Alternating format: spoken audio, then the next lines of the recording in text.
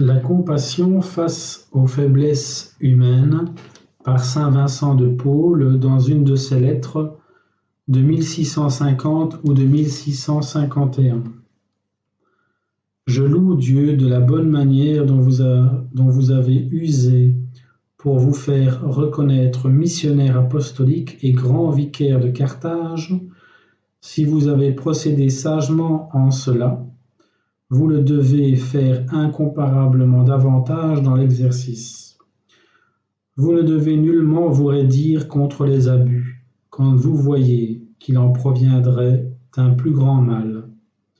Tirez ce que vous pourrez de bon des prêtres et des religieux esclaves, des marchands et des captifs par les voies douces, et ne vous servez des sévères que dans l'extrémité, de peur que le mal qu'ils souffrent déjà par l'état de leur captivité, joint avec la rigueur que vous voudriez exercer en vertu de votre pouvoir, ne les porte au désespoir.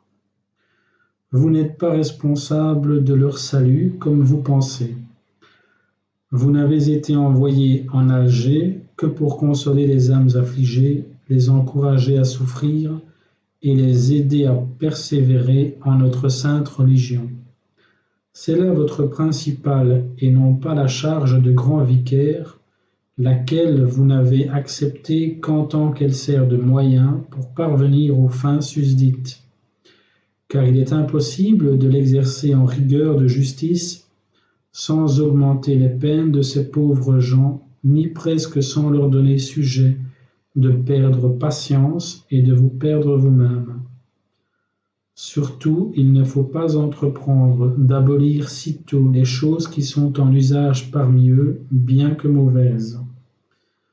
Quelqu'un me rapportait l'autre jour un beau passage de saint Augustin, qui dit qu'on se garde bien d'attaquer d'abord un vice qui règne en un lieu, parce que non seulement on n'en viendra pas à bout, mais au contraire, l'on choquera les esprits en qui cette coutume est comme invétérée, en sorte qu'on ne serait plus capable de faire en eux d'autres biens que néanmoins on eût fait, les prenant d'un autre biais.